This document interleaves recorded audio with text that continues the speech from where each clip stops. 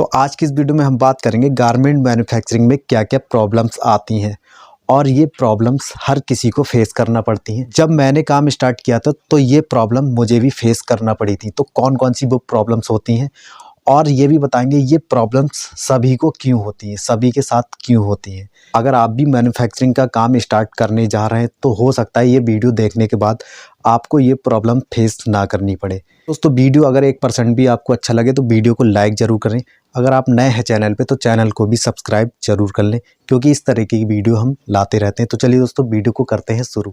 तो सबसे पहले बात करते हैं दोस्तों कौन कौन सी प्रॉब्लम्स आती हैं, उसके बाद आपको बताएंगे ये प्रॉब्लम्स क्यों आती हैं। तो देखिए दोस्तों, जब आप मैन्युफैक्चरिंग का काम स्टार्ट करेंगे और मशीनें भी आप ले आएंगे, पूरा सेटअप लगा लेंगे, कारीगर भी आप लगा लेंगे, कटिंग करके उसको सिलने भी लगेंगे और होगा क्या, धीरे धीरे आपका स्टॉक लगता चला जाएगा।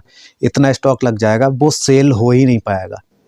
ऐसा क्यों होता है कि स्टॉक हमारा लगता रहता है और माल सेल नहीं होता है, इसके बारे में बताएंगे ये प्रॉब्लम्स क्यों आती है। और ये सबसे बड़ी प्रॉब्लम्स है। बहुत सारे खर्चे होते हैं दोस्तों, जैसे कि कारीगर को पेमेंट देनी होती है, बाकी हमें कारीगरों के लिए और भी कपड़ा लाना होता है, क्योंकि कारीगर हमारे खाली ना बैठें, हम कटिंग करके उन्हें देते रहें, रॉ मटेरियल लाना होता है और भी बहुत सारे खर्चे होते हैं। तो जब आपका माल ही सेल नहीं होगा तो ये खर्चे आप कैसे पूरे करेंगे। और दूसरी प्रॉब्लम्स ये आती है दोस्तों, हमें कस्टमर्स नहीं मिलते हैं। तो क्यों नहीं मिलते हैं हमें कस्टमर? हम काम भी ठीक कर रहे हैं, अच्छा काम कर रहे हैं, फिनिशिंग में काम करके दे रहे हैं, तो हमें कस्टमर्स क्यों नहीं मिल रहे हैं? हमने नया सेटअप स्टार्ट किया है और हमें वहाँ ज़रूरत पड़ेगी बहुत सारे होलसेलर्स की, बहुत सारे कस्टमर्स की। तो होलसेलर हमें मिल ही नहीं रहे हैं, तो फिर हम क्या करेंगे? क्यों नहीं मिलते हैं इसके बारे में भी बताएंगे। तो दूसरी प्रॉब्लम्स यही आती है कि आपको कस्टमर्स नहीं मिलेंगे जब आप नया काम स्टार्ट करेंगे। और तीसरी सबसे बड़ी प्रॉब्लम्स ये आती है कि जो आपका माल बिकता है वो उधार में बिकता है। ऐसा क्यों होता है दोस्तों? एक तो आपका स्टॉक इतना लगा पड़ा है, ऊपर से आपको नए कस्टमर्स नहीं मिल रहे हैं और जो थोड़ा बहुत आपका माल बिक रहा है वो उधार में बिक रहा है, जिस वजह से बहुत लोगों के कारखाने बंद हो जाते हैं।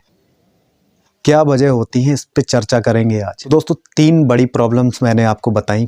पहली बड़ी प्रॉब्लम, आपका स्टॉक लगता चला जाता है, माल बिकता नहीं है आपका। दूसरी बड़ी प्रॉब्लम, आपको नए होलसेलर नहीं मिलते हैं। और तीसरी बड़ी प्रॉब्लम, जो माल आपका सेल होता है वो उधार में सेल होता है। तो चलिए दोस्तों अब बात करते हैं इनकी वजह के बारे में। सबसे बड़ी प्रॉब्लम, माल आपका बिकता नहीं है, स्टॉक लगता चला जाता है। तो देखिए दोस्तों, इसकी सबसे बड़ी वजह यही होती है, आप ट्रेंडिंग आइटम नहीं बनाते। क्योंकि आप नया काम जब स्टार्ट करते हैं तो आपको पता ही नहीं होता कि हमें कौन सा आइटम बनाना चाहिए। और ये मेरे भी साथ हुआ है, मैंने भी ऐसा किया, ट्रेंडिंग आइटम नहीं बनाए और स्टॉक लगता चला गया, स्टार्टिंग में माल सेल नहीं हुआ। और ये सबके साथ होता है। आप क्या करते हैं, जब नया काम आप स्टार्ट करते हैं तो आपको नॉलेज नहीं होती, आप एक दूसरे से पूछते हैं भाई क्या करना चाहिए, क्या बनाना चाहिए। तो जैसा लोग आपको बता देते हैं वैसा ही आप करने लगते हैं। या फिर आप यूट्यूब पर देख के बनाएंगे, आप देखेंगे कि अरे एक यूट्यूबर है ये चीज़ बेच रहा है तो मैं भी यही बनाने लगूँ। या फेसबुक पे देखेंगे भाई ये डिज़ाइन मैंने देखी तो मैं भी यही बनाऊँ। तो यही वजह होती है आपका माल नहीं बिक पाता। आपको अपने एरिया के हिसाब से काम करना कि आपके एरिया में क्या चल रहा है। वो यूट्यूबर दूर का है, दिल्ली का है, मुंबई का है, क्या पता कहाँ का है, वो बता रहा है कि मेरे यहाँ ये चल रहा है, तो आप भी वही बनाने लगे। उसके यहाँ पे चल रहा है, मैं मानता हूँ, लेकिन वो चीज़ आपके यहाँ पे नहीं चल रही है, वो फैब्रिक आपके यहाँ पे नहीं चल रहा है। या कोई आपको राय देता है कि ये फैब्रिक बनाने लगो, आप भी वही फैब्रिक बनाने लगते हो। उसके यहाँ पे वो चल रहा है फैब्रिक, लेकिन आपके एरिया में नहीं चल रहा है। तो आपको कैसे पता करना है कि आपके एरिया में क्या चल रहा है?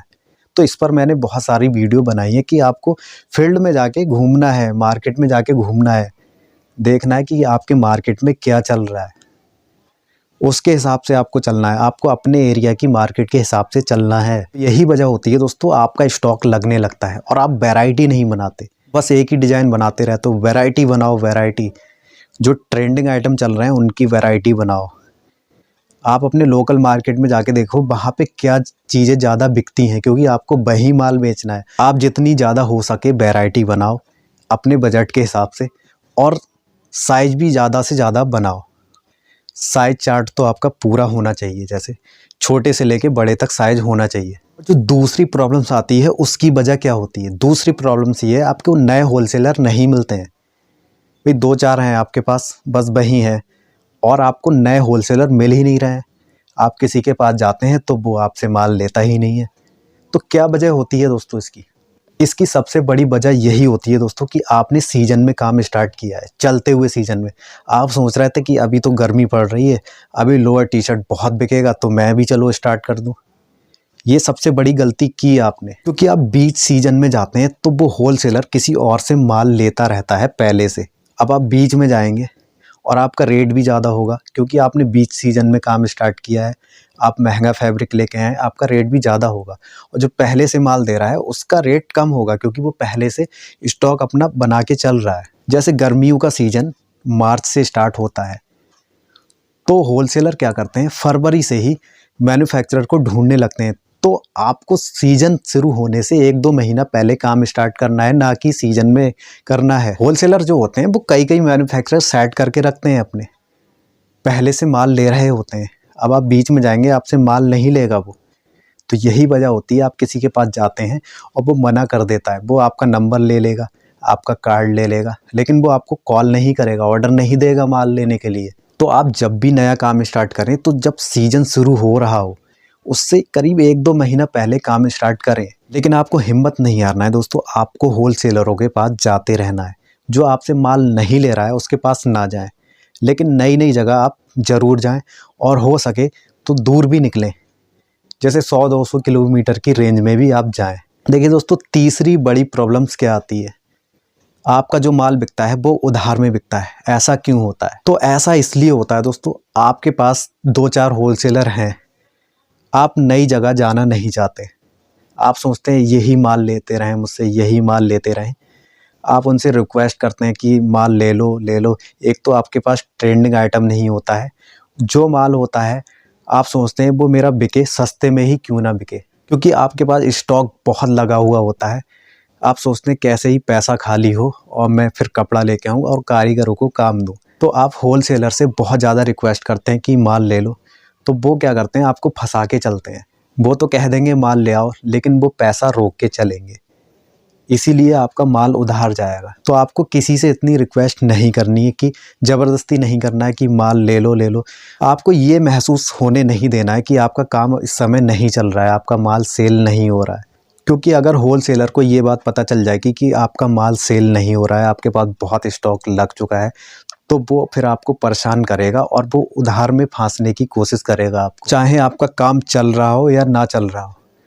लेकिन आपको होलसेलर को यही बताना है कि मेरा काम अभी बहुत अच्छा चल रहा है, और उधार आप उसी को दें जिसे आप अच्छे तरीके से जानते हो, वरना नया सेटअप है तो आप उधार ना दें। दोस्तों, अगर आप थोड़ी मेहनत कर लोगे तो आपको उधार देने की ज़रूरत भी नहीं पड़ेगी। आपके जो करीबी 2-4 होलसेलर होते हैं, आप बस उन्हीं के पास जाते रहते हो। थोड़ा दूर निकल के देखो, दूसरे स्टेट में भी जाओ, दूसरे शहरों में जाओ। आपको अपने प्रोडक्ट की डिमांड बढ़ाना है। डिमांड कैसे बढ़ेगी? डिमांड तब बढ़ती है जब खरीदार ज़्यादा होते हैं और क्वांटिटी हमारे पास कम होती है। स्टार्टिंग में आपको बहुत ज़्यादा मेहनत करनी पड़ेगी। आप अपने लोकल एरिया में भी जाओ और थोड़ा दूर भी निकल के देखो। अगर आपके लोकल एरिया में आपको कस्टमर नहीं मिल पा रहे हैं तो आप थोड़ा दूर भी निकल के देखो, दूसरे शहरों में भी जाके देखो। जब आपके पास होलसेलर्स ज़्यादा होंगे तो आपको उधार देने की ज़रूरत भी नहीं पड़ेगी। तो इसीलिए स्टार्टिंग में बहुत ज़्यादा मेहनत करो दोस्तों, और लगे रहो जब तक मंजिल नहीं मिल जाती है। तो दोस्तों, ये बड़ी प्रॉब्लम थी जो मैंने आपको बताई, और बहुत सारे लोगों को ये प्रॉब्लम फेस करनी पड़ती है, मुझे भी फेस करनी पड़ी थी। जो लोग नया काम स्टार्ट करने जा रहे हैं वो ये वीडियो देख के प्रॉब्लम से बच सकते हैं। तो उम्मीद करता हूँ ये वीडियो समझ में आया होगा, और हमारा वीडियो आपको कैसा लगा अपनी राय कमेंट बॉक्स में हमें ज़रूर बताएं। जल्द मिलेंगे इसी तरह की एक और नई वीडियो लेकर, तब तक के लिए अपना ख्याल रखें। जय हिंद दोस्तों।